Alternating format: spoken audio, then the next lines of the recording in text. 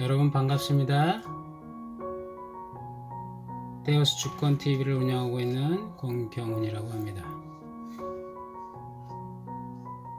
저는 여러분들과 오늘 예수 그리스도의 가치에 대해서 나누려고 합니다. 시편 119편 18절에는 주께서 내 눈을 여사 주의 법에서 놀라운 것들을 내가 보게 하소서라고 이야기합니다. 여러분, 우리는 가치, 값어치라는 말을 일상생활에서 참 많이 말하기도 하고 듣기도 합니다. 가치라는 단어를 사전에서는 사물이 지니고 있는 쓸모 또는 인간의 욕구나 관심의 대상 또는 목표가 되는 진선미 따위를 통틀어 이르는 말이라고 정의하고 있습니다. 여러분과 저는 인생을 살면서 참으로 많은 가치에 투자하기도 하고 더 가치 있는 일을 하려고 시도하기도 하고 때로는 값어치 없는 일에 빠져서 인생을 낭비하기도 한 경험이 한 번도 없는 분은 없을 것으로 생각됩니다. 저는 여러분에게 인생 최고의 가치를 발견하고 집중할 수 있는 가치에 대해 이야기하려고 합니다. 그분은 예수 그리스도이십니다. 그렇다면 예수 그리스도는 누구신가요? 어떤 분은 그 사람이 누군데 최고의 가치를 부여하는가? 또는 그가 누구이기에 그 내 인생 최대의 가치를 투자해야 하는가라고 물을 것입니다. 요한복음 14장 6절에서는 예수께서 이르시되 내가 곧 길이요 진리요 생명이니 나로 말미암자고는 아버지께로 올 자가 없느니라 라고 말씀하십니다. 이 세상 그 어떤 사람이 내가 길이요 진리이고 생명이라고 언급한 분이 계신가요? 왜 이런 말을 하실 수 있을까요? 그분은 하나님 그 자체이시기 때문입니다. 시편 기자는 주께서 내 눈을 여사라고 언급합니다. 주께서 내가 예수 그리스도께서 창조주 하나님임을 구원자이신 하나님임을 모르는 영적인 죽음에 처해 있음을 알고 있는 것입니다. 자신이 구원을 받아야 할 자임을 알지 못하는 자신의 상태를 깨달아야 함을 알고 있는 것입니다. 자신의 상태를 있는 그대로 인정하고 있는 것입니다. 그리고 주의 법에서 나오는 놀라운 것들이라고 이야기합니다. 주의 법, 즉 하나님의 말씀을 이야기합니다. 성경입니다. 정확무오한 하나님의 말씀입니다. 성경에서 이야기하는 놀라운 것들은 무엇이 있을까요? 창세기에서 요한계시록까지 이야기하는 한 가지 주제는 예수님께서 창조하실 때부터 이 세상에 다시 오실 때까지 모든 인류를 위해 십자가에 피 흘려 죽으셔서 우리의 죄를 대속하셨다는 즉 구속의 역사, 구속의 은혜를 이야기하고 있습니다. 그러면 구속의 은혜, 구속의 역사가 무엇인지 모르십니까? 십자가가 나와는 무슨 상관이 있나요? 라고 물으실 분도 계실 줄 믿습니다. 나와 무슨 상관이 있냐고 따질 분들도 계실 것으로 합니다. 그러면 제가 한 예화를 여러분들에게 설명하기를 원합니다. 슈테른베르그라는 독일의 화가가 있었습니다. 이 베르그는 어느 날 한 아름다운 집시 여인의 그림을 그리고 있었습니다. 잠시 쉬는 시간에 그 여인은 화실 한 구석에서 아직 완성되지 않은 십자가에 처참하게 달려 죽은 사람의 그림을 봅니다. 그러자 그 여인은 선생님에게 묻습니다. 선생님, 저 사람은 얼마나 무슨 죄를 지었기에 못이 손바닥을 뚫고 나아가는 것 같은 처참한 십자가형을 당했나요? 슈테른베르그는 무심코 그분 예수는 우리의 죄를 짊어지시고 죽으신 거야 라고 대답합니다. 그러자 그 집시 여인은 그러면 선생님의 죄도 나의 죄도 지고 돌아가셨나요? 바로 그 집시 여인이 대답하는 그 순간 슈테른베르그는 가슴이 무너져 내릴 듯한 충격을 받게 됩니다.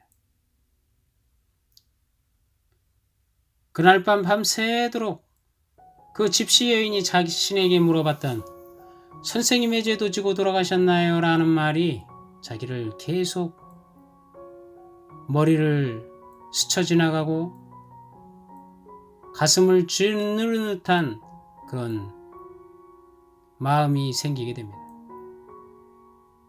예수님이 나를 살리시려고 나를 위해 대속죄물이 되셨구나. 슈테른베르그의 가슴속에 깨달음의 은혜가 넘치기 시작합니다. 그가 찔림은 나의 허물 때문이요 그가 상함은 나의 죄악 때문이구나. 그가 징계를 받음으로써 내가 평화를 누리고 그가 채찍에 맞음으로 내가 나음을 받았구나 라고 하는 이사야서 53장 5절의 말씀이 스쳐 지나갑니다. 십자가에 달린 예수 그리스도가 서서히 슈테른베르그의 머리에서 마음으로 내려오기 시작합니다. 사람들은 종종 이야기합니다. 머리에서 가슴까지의 거리가 가장 가깝고도 먼 길이라고 말이죠. 이러한 은혜가 지금 이 시간 이 설교를 듣는 모든 분들과 이것을 묵상하고 계실 여러분들에게 이루어지기를 예수 그리스도의 이름으로 간절히 하나님 아버지께 소원하는 마음입니다. 그것이 진정으로 여러분들을 사랑하시는 주님의 마음이라고 저는 생각합니다. 슈테른베르그는 그 은혜로 십자가에 달리신 예수 그리스도를 다시 완성시켜 나아갑니다. 그것이 바로 요한복음 19장 5절, 라틴어 성경에 나와 있는 요한복음 19장 5절에 예수께서 가시관을 쓰고 자색 옷을 입고 나오시니 빌라도가 그들에게 말하되 보라 이 사람이로다 라고 하는 라틴어 성경에서 취한 문구가 라틴어로 에케이 호모 보라 이 사람이로다 라는 말이며 예수 그리스도를 묘사한 그림의 제목이 되기도 합니다. 훗날 이 에케이 호모라는 그림을 보며 감동받은 영국의 프랜시스 헤버가르이라고 하는 사람은 찬송가 311장의 가사를 쓰게 됩니다. 그 가사는 내 너를 위하여 몸버려 피 흘려 내 죄를 속하여 살 길을 주었다. 내 죄를 대속했건만 너 무엇하느냐. 내 죄를 대속했건만 너 무엇하느냐. 이 찬송을 부르며 수많은 사람들이 십자가를 붙들고 회개하고 십자가의 능력을 체험하게 됩니다. 또 한 사람이 에케이 호모 앞에 섭니다. 그림 속의 예수 그리스도의 얼굴이 자기에게 점점 다가오는 것을 느낀 그는 그 자리에 무릎을 꿇어버리고 맙니다. 주님, 제가 주님을 위해 무엇을 할까요? 헌신하기로 결단합니다. 그는 자기의 전 재산을 바쳐 세계에 복음을 전하고 선교사를 훈련하여 파송하여 예수를 전한 일에 자기의 온 인생을 불살랐던 모라비안 선교운동을 일으킨 독일의 진젠도르프 백작입니다. 십자가의 도가 멸망하는 자들에게는 미련한 것이지만 그러나 구원을 받은 바울에게는 하나님의 능력된 것을 이야기하는 고린도전서 1의 말씀과 그 십자가는 화가인 슈테른베르그에게도 찬송 작사가인 프랜시스 헤버가레도 부자이면서 주님을 몰랐던 독일의 진젠도르프 백작에게도 십자가는 하나님의 능력이 되었던 것입니다. 그렇다면 그 십자가의 능력의 역사가 오늘 나에게도 어떻게 하면 나타날 수 있을 것인가요? 내가 나에게 감당해야 하는 그 십자가를 내가 감당할 때 십자가의 능력이 나에게도 나타나는 것입니다. 십자가의 진정한 가치를 깨달은 자는 그 값어치에 대해 자신의 가장 값진 인생을 십자가 앞에 내어놓는 결단을 하게 되는 것입니다. 그리고 담대히 그 십자가를 붙듭니다. 여러분이 지금 이 이야기에 나오는 사람들은 십자가에 반응한 사람들입니다. 그들은 자신에게 다가오는 십자가의 의미에 담대히 나아갔습니다. 그래서 그들은 주 앞에 고백합니다. 주의 법, 즉 성경에서 나오는 놀라운 것들을 내가 보게 하소서라고 말입니다. 내가 십자가에 달려 우리의 죄를 위해 돌아가신 그 의미를 알게 하고 보게 하옵소서라고 고백하게 될 것입니다. 내가 그리스도와 함께 십자가에 못 박혔나니 그런즉 이제는 내가 산 것이 아니요 오직 내 안에 그리스도께서 사신 것이라. 이제 내가 육체 가운데 사는 것은 나를 사랑하사 나를 위하여 자기 몸을 버리신 하나님의 아들을 믿는 믿음 안에서 사는 것이라. 갈라디아서 2장 20절의 말씀을 떠올리게 됩니다.